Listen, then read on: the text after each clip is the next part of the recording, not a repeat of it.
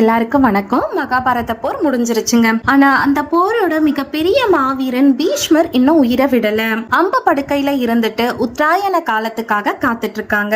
அந்த நேரத்துல தர்மர் அவர்கிட்ட போயிட்டு சில கேள்விகளை கேக்குறாரு. அப்போ பீஷ்மர் சொன்ன அந்த கடைசி ரகசிய உபதேசங்கள் இப்போ நம்ம வாழ்க்கைக்கு எவ்வளவு முக்கியமானதுன்னு தெரியுங்களா? வாங்க அந்த 3 ரகசியத்தையும் தெரிஞ்சுக்கலாம். பீஷ்மர் முதல்ல சொன்ன விஷயம் மௌனம். தர்மரே, அன்னைக்கு திரௌபதிக்கு அநீதி நடந்தப்போ நான் மௌனமா இருந்தேன். அதுதான் என்னோட மிகப்பெரிய பாவம். தப்பு நடக்கும் பொழுது அதை தட்டி கேட்காம அமைதியா இருக்கிறது அந்த தப்பு செய்யறவனை விட பெரிய பாவம். இதுல இருந்து நம்ம கத்துக்க வேண்டியது என்னன்னா, அநியாயத்தை எதிர்த்து பேசுற இடத்துல நம்ம இருந்தோம்னா கண்டிப்பா நம்ம துணிச்சலோட அதை தட்டி கேட்கணும். அடுத்ததா ஒரு தலைவன் அல்லது தலைவி இல்ல குடும்ப தலைவரோ ஒரு பொறுப்புல இருக்கவங்க எப்படி இருக்கணும்னு சொல்றாரு.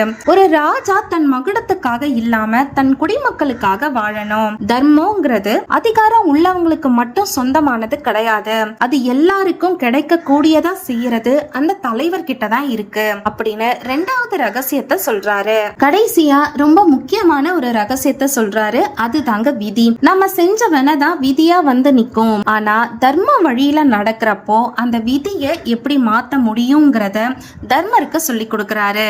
பீஷ்மர் அம்பு படுக்கையில இருந்து சொன்ன இந்த ரகசியங்கள் தர்மரை அதுக்கப்புறம் வந்த நாட்கள்ல ஒரு சிறந்த ராஜாவா மாத்துச்சு. இந்த உபதேசங்கள்ல உங்களுக்கு எது ரொம்ப பிடிச்சிருந்ததுன்னு கமெண்ட்ல சொல்லுங்க.